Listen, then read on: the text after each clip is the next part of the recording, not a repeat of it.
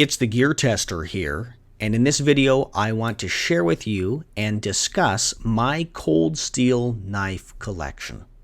Cold Steel has a number of knives that are very affordable and a number of more pricey knives. I think all of them, at least that I've purchased, are excellent. These are the 4 cold steel knives that I currently own. And you'll notice something about each of them. They all have significant wear and use on them. I didn't decide, hey, I'm just going to start collecting cold steel knives. This morning I got up and I thought, hey, I'm going to do a video on cold steel knives. How many of them do I have? But I didn't purchase these in order to have a collection. I purchased each of these knives for one or another reasons, and I have now 4 excellent cold steel blades. This is the Cold Steel Gurkha Kukri, and it was my first cold steel blade. I purchased it over 8 years ago, but I purchased it to replace this knife. This is a Kukri knife from Nepal, and my mom knew that I liked knives and guns and bows and arrows and weapons, and so one of my dad's students, who was a friend of our family, he went to Nepal, and my mom gave him some money, and he brought back 4 of these Kukri knives for me, and my mom gave them to me as I grew or I wore them out. This is the second largest of them and was actually my favorite. And this is an awesome blade. My mom gave these knives to me when I was 8, 9, 10 years old. So I got my first one around being 8 years old, and then she gave me these other larger ones as I aged or as I beat them up. But I fell in love with this blade shape, and it was very clear to me that this was an excellent weapon, even as a 9, 10, 11-year-old. In fact, in this picture that you're looking at, this is a picture of my Y2K preps. My parents were not preppers. I am a prepper. Even as a 12 or 13-year-old kid, I was a prepper. And we had just moved across the country from a place where we had lived, and there were preppers in that area, friends of my parents, and they had diesel and gasoline and beans and rice set aside, and I realized, man, this Y2K thing, all the adults are worried about it. Keep in mind, I'm 12 or 13 years old here. So I gathered my little preparations for Y2K, and it was my Red Ryder BB gun and this knife, because I recognized what a useful weapon and tool it is. However, this knife over the years, over the 20 plus years I've owned it, has aged and kind of fallen apart. So about 8, 9 years ago, I started looking for a replacement for this blade. And I decided on the Cold Steel Gurkha Kukri.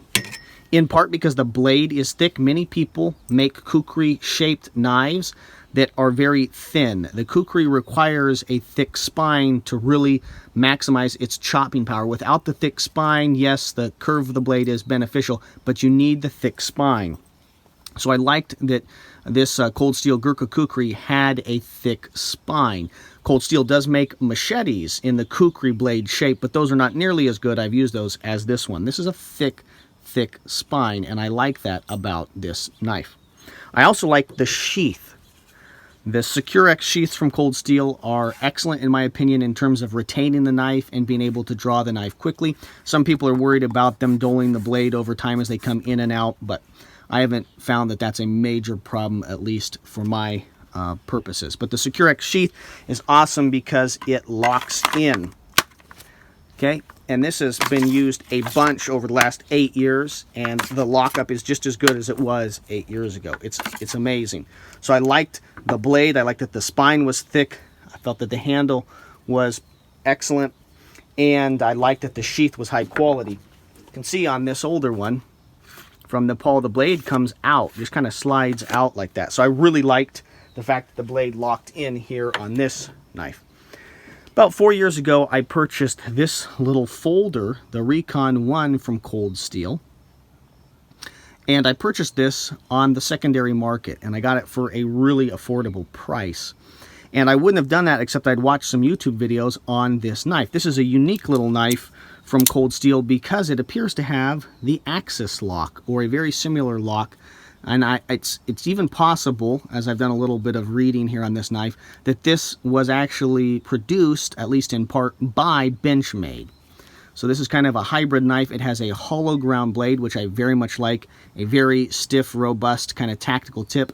And this is definitely a quintessential tactical folding knife. And so I think I paid around $40, $45 for this knife.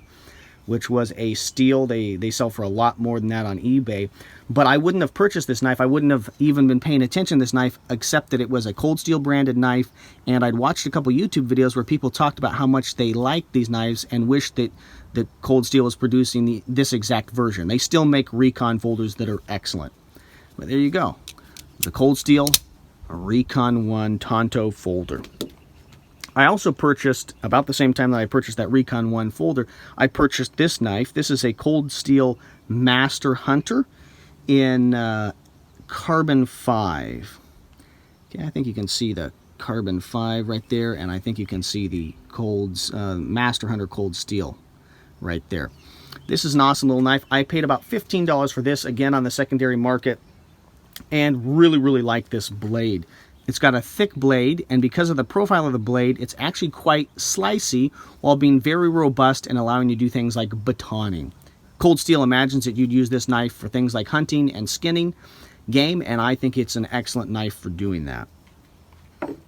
This is an older sheath. The modern versions of the Cold Steel Master Hunter come with a Securex polymer sheath. This is an older knife and has this little fabric sheath. Then more recently, here about 2 years ago, I purchased this knife, the Cold Steel Recon Tanto fixed blade. It comes again with a Securex sheath, and I've set it up for inside the waistband carry with this little loop. And I've been very happy with this knife. It has an excellent blade. It is surprisingly good for chopping. I didn't think it would be nearly as good for chopping as it's actually turned out to be.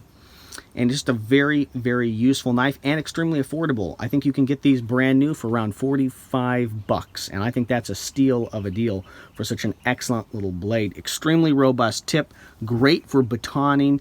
When you get wood up onto this blade and then it comes up here onto the flat portion of the blade, it just splits right through, and it's just an excellent knife.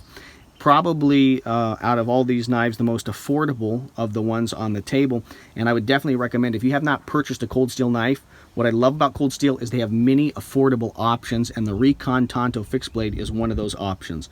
45, 50 bucks for an excellent blade. This happens to be the SK5 carbon steel that they use. So there is my Cold Steel knife collection. I hope you found this video helpful, interesting, or useful. Feel free to leave a comment down below this video letting me know what Cold Steel knives you love or what Cold Steel knives you hate. Let's get a discussion going there. Thank you very much for your views and your subscriptions. My goal here at the GearTester YouTube channel is to produce quality video reviews on the topics of shooting, camping, and survival gear. If you like what I do here on my YouTube channel, please support me on Patreon. Become a patron of the GearTester YouTube channel. There will be a link to the GearTester Patreon page in the description of this video. You can also support the GearTester YouTube channel by supporting our sponsors, our affiliates, and our friends. Companies like Excess Sights, Valley Food Storage, Firebox Stoves, and Occam Defense Solutions. This is the GearTester signing off.